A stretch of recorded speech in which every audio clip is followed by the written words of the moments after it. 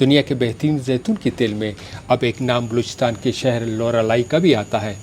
وہ زیتون کا تیل جسے عالمی مقابلوں میں دنیا کے بہترین تیلوں میں شمار کیا گیا، آج پاکستان کی سرزمین پر تیار ہوتا ہے۔ لورالائی جہاں زیتون کی باغات نہ صرف زمین کو سبز کر رہے ہیں بلکہ پاکستان کو عالمی سطح پر پہچان بھی دلا رہے ہیں۔ یہ صرف ایک فصل کی کہانی نہیں، یہ محنت، سمجھداری اور ایک روشن مستقبل کی کہانی ہے۔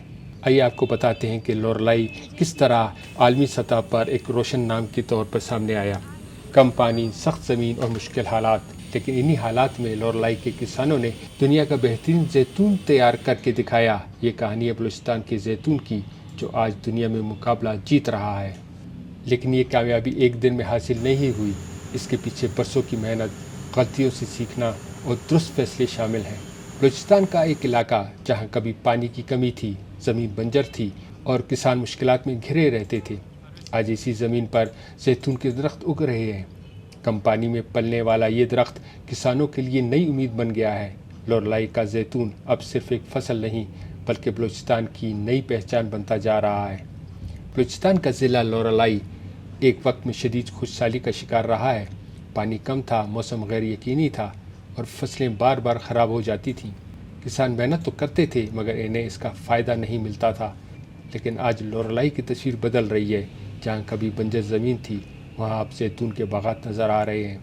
زیتون کا درخت کم پانی میں بھی زندہ رہتا ہے، خشک سالی میں بھی نہیں سوکھتا اور جب دوبارہ پانی ملے تو پھر سے پھل دینا شروع کر دیتا ہے۔ اسی لیے زیتون بلوچستان کی زمین کے لیے ایک بہترین فصل ثابت ہو رہا ہے۔ یہ کہانی ہے لورالائی کے کسان عبدالجبار کی۔ عبدالجبار بتاتے ہیں کہ زیتون سے پہلے وہ بادام، خوبانی اور سیب اگاتے تھے۔ کبھی سردی سے پھول گر جاتے، کبھی کیڑے فصل خراب کر دیتے اور کبھی بارش یا خشکسالی ساری محنت ضائع کر دیتی۔ ان حالات میں ان کی آمدنی بہت کم ہو گئی تھی اور گھر چلانا مشکل ہو گیا تھا۔ پھر انہوں نے زیتون لگانے کا فیصلہ کیا۔ آج زیتون کے باغات نے ان کی زندگی بدل دی ہے۔ پچھلے چند برسوں میں انہوں نے ہزاروں لیٹر زیتون کا تیل حاصل کیا اور وہ پر امید ہیں کہ آنے والے برسوں میں یہ پیداوار مزید بڑھے گی۔ عبدالجبار کا زیتون کا تیل بین الاقوامی مقابلوں میں ایوارڈ بھی جیت چکا ہے۔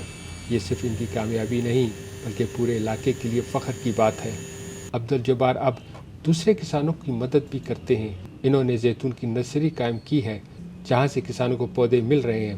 لورالائی کے ساتھ ساتھ یوب، شیرانی اور خضدار میں بھی زیتون کی کاشت ہو رہی ہے۔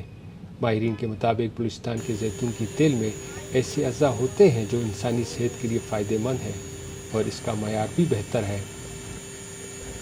لورالائی کا جو آلیو آئل ہے بہترین آلیو آئل ہے اور ایکسٹرا ورجن آلیو آئل ہے۔ اینٹی آکسیڈنٹس اس میں بہت زیادہ ہیں اور پر آکسائڈ ویلیو بھی اس کی کم ہے، اور اس کے ساتھ جو پولی فینول جو کاؤنٹ ہوتے ہیں وہ بہت زیادہ پولی فینولز ہیں۔ ہم نے یہاں 600 تقریباً 700 تک پر گرام جو ہے اس میں پر کے جی جو ہے نا وہ ڈیٹیکٹ کیے ہیں جہاں سے بھی ہم نے اس کا ٹیسٹ وغیرہ کرایا ہے۔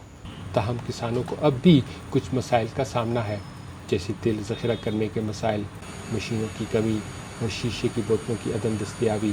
ان مسائل کے حل کے لیے حکومت بھی کام کر رہی ہے۔